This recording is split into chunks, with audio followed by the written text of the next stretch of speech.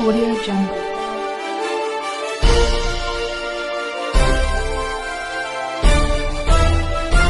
Audio Jungle.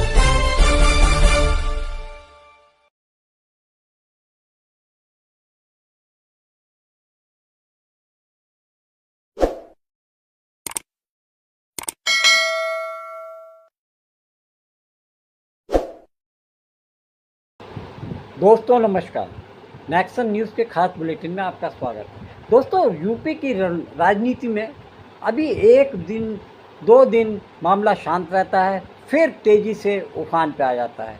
यहाँ तक कि यूपी के जो सीएम हैं योगी आदित्यनाथ की ज़िंदगी में इस समय काफ़ी उतार चढ़ाव देखे जा रहे हैं। जहाँ उनके दोनों उप मुख्यमंत्री ब्रजेश पाठक और केशव प्रसाद मौर्य उनके ठीक विपरीत खड़े हैं, वहीं दूसरी ओर संघ योगी जी के साथ खड़ा दिख रहा है। आपको याद होगा कि 1 महीने पहले, 1.5 महीने पहले ही आरएसएस के सरसंघ चालक मोहन भागवत यूपी में 4-5 दिन रहे और उन्होंने अपने लोकसभा चुनाव में भाजपा की हार के कारण ढूंढने का प्रयास किया। उन्होंने कार्यकर्ताओं से भी बात की और यूपी के सीएम योगी आदित्यनाथ से भी बात की। बात काफ़ी अंतरंग तरीके से योगी आदित्यनाथ और मोहन भागवत के बीच में हुई।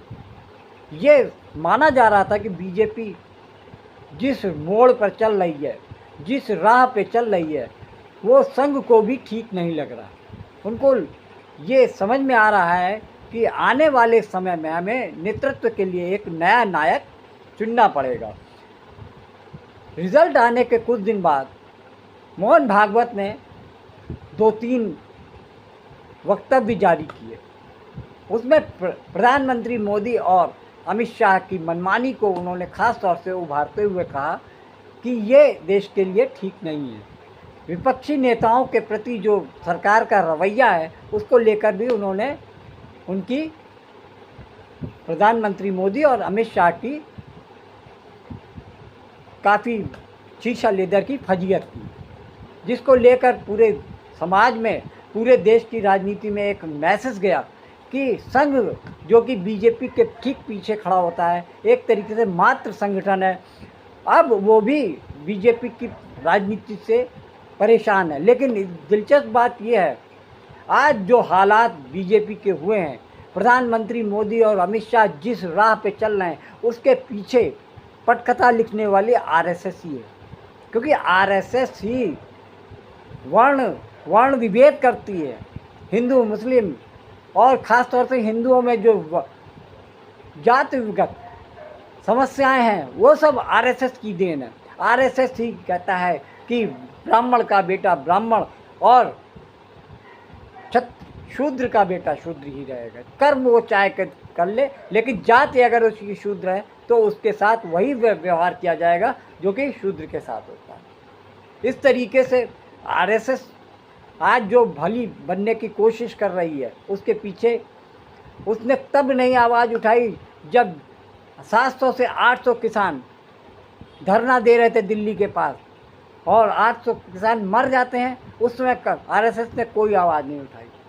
आरएसएस उस समय चुप रहती है जब दिल्ली के जंतर मंतर पर एथलीट विजेता, gold medal winner, Olympic winner, medallist लड़कियों को दिल्ली पुलिस खींच के मारती है, जूतों से कुचलती है, तब आरएसएस चुप रहा। दूसरी चीज़ ये कि जब इतना सब कुछ हो रहा है, जब इलेक्टोरल बॉन्ड के जरिए इतना घपला किया जा रहा था, तब आरएसएस चुप थी। देश दुनिया में कुछ भी होता रहे, देश के अंदर भाजपा कितनी भी ज़्यादा मनमानी कर रही थी, तब आरएसएस चुप थी। क्यों? उसके पीछे भी एक कारण है। पिछले 10 साल में मोहन भागवत जिस शान शौकत की ज़िंदगी जी रहे हैं, उसके पीछे भी भाजपा का ही हाथ है। भाजपा अगर इतनी मजबूत ना होती तो आज जो सरसंघ चालक मोहन भागवत हैं वो इतने मुखर ना होते। सरसंघ चालक जान गए हैं कि भाजपा है तो संघ है। यही वजह है कि वो अब भाजपा के नेतृत्व में बदलाव की चिंता वो देख रहे हैं। यूपी में अब आरएसएस की एंट्री हो गई है। राजनीति को नियंत्रण करने के लिए, खास तौर से भाजपा सरकार को शांत करने के लिए आरएसएस 20 और 21 को लखनऊ में बैठक करने जा रहे हैं, जिसमें 5 बड़े नेता, यानी दिल्ली के लखनऊ के जो यूपी के जो 5 बड़े नेता, जिसमें योगी आदित्यनाथ, प्रदेश अध्यक्ष भूपेंद्र चौधरी, ब्रजेश पाठक और केशव प्रसाद मौर्य, ये सब लोग हैं जो कि शामिल होंगे। ये आपस में बैठकर मंत्रणा की जाएगी कि किस तरीके से जो आपस में कलह है उसको कैसे शांत किया जाए, क्योंकि अगर कलह खत्म नहीं होती है तो भविष्य में भाजपा यूपी से साफ होनी ही होनी है। इस बात के संकेत मिल रहे हैं। कारण ये है कि महत्वाकांक्षा सबकी हो गई है। यहाँ सीएम योगी आदित्यनाथ अपनी हेकड़ी और ऐड के कारण अपने किसी मंत्री के साथ बात नहीं करते हैं। वहीं पर केशव प्रसाद मौर्य वो भी अपने आप में काफ़ी दिग्गज बताए जाते हैं, खास तौर से ओबीसी के चेहरे हैं। वैसे तो केंद्र सरकार भी चाहती थी कि यूपी में बदलाव हो, लेकिन ऐसे हालात में बदलाव हो वो नहीं चाहती। यही वजह है कि केशव प्रसाद मौर्य को समझा बुझाकर वापस भेज दिया गया है। लेकिन ये जो बिखराव है, जो विखंडन दिख रहा है पार्टी के अंदर, वो अभी रुका नहीं।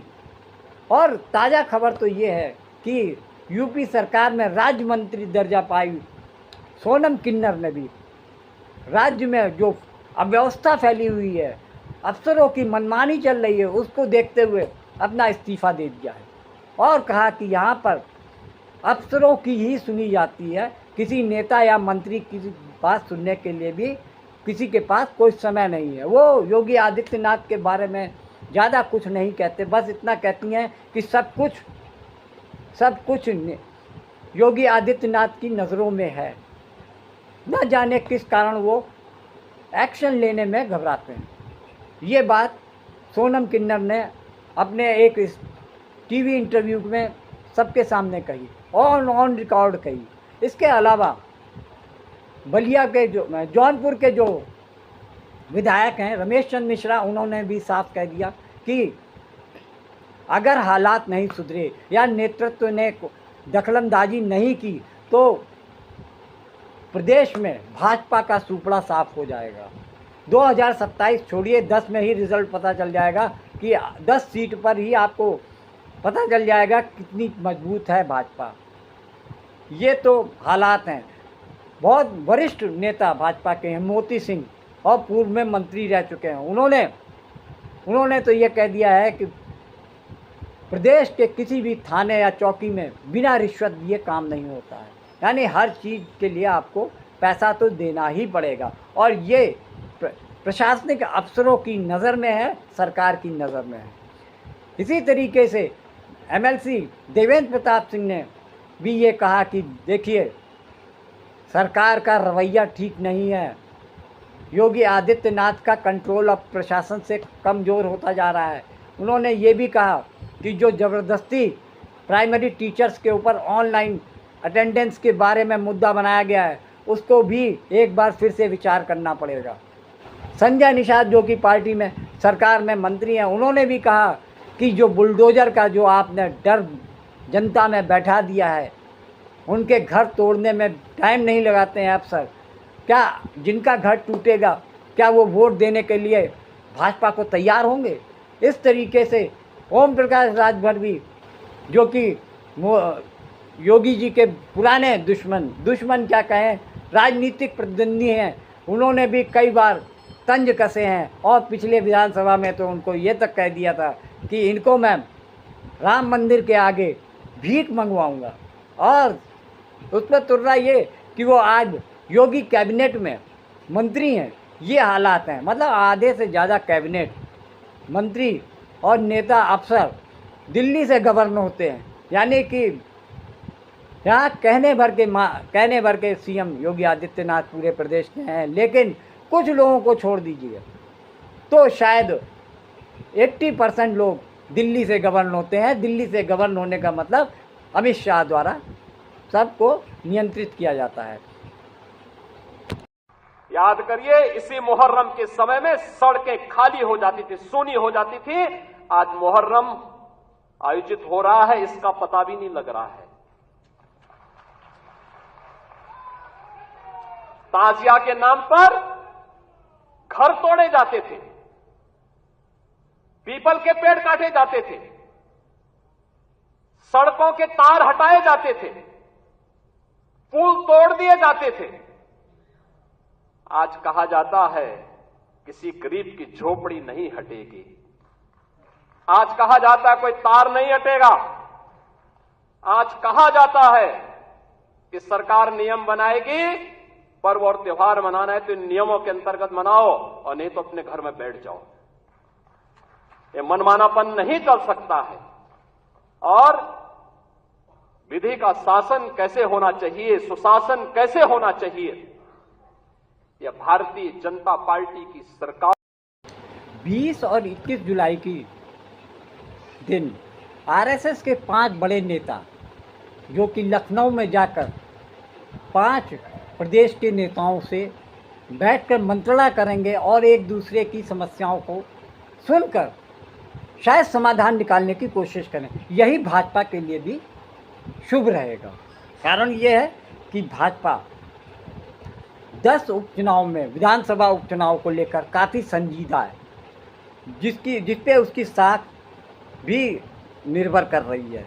क्योंकि लोकसभा चुनाव में भाजपा की साख और इज्जत दोनों ही दांव पर लग गई। इंडिया गठबंधन ने जिस तरीके से रणनीति बनाकर भाजपा को करारी मात दी है, उससे साफ जाहिर है कि उसकी तिलमिलाहट आज भी भाजपा को सता रही है। वो नहीं चाहती कि इस चीज़ की पुनरावृत्ति यूपी के 10 विधानसभा उपचुनाव में दोबारा झेलनी पड़े।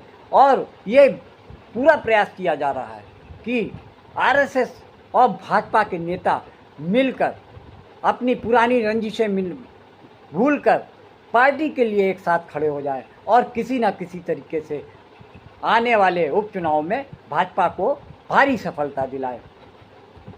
अब 1 साल से मणिपुर शांति की राह देख रहा है। उसके पहले 10 साल शांत रहा। पुराना गन कल्चर समाप्त हो गया ऐसा लगा, और अचानक जो कलह वहां पर उपज गया या उपजाया गया, उसकी आग में अभी तक जल रहा है, त्राही त्राही कर रहा है। कौन उस पर ध्यान देगा? प्राथमिकता देके उसका विचार करना ये कर्तव्य है। ऐसे से देश कैसे चलेगा भाई? आखिर सबको देश ही चलाना है ना। 2 पक्ष है, विरोधी पक्ष कहते हैं, मैं प्रतिपक्ष कहता हूं। वो विरोधी नहीं है, उसको विरोधी मानना भी नहीं चाहिए। वो प्रतिपक्ष है, वो एक पहलू उजागर कर रहा है, उसका भी विचार होना चाहिए। ऐसा जब चलना है तो चुनाव लड़ने में भी एक मर्यादा होती है। उस मर्यादा का पालन नहीं हुआ, क्योंकि उसका पालन होना इसलिए आवश्यक है कि हमारे देश के सामने चुनौतियां समाप्त नहीं हुई।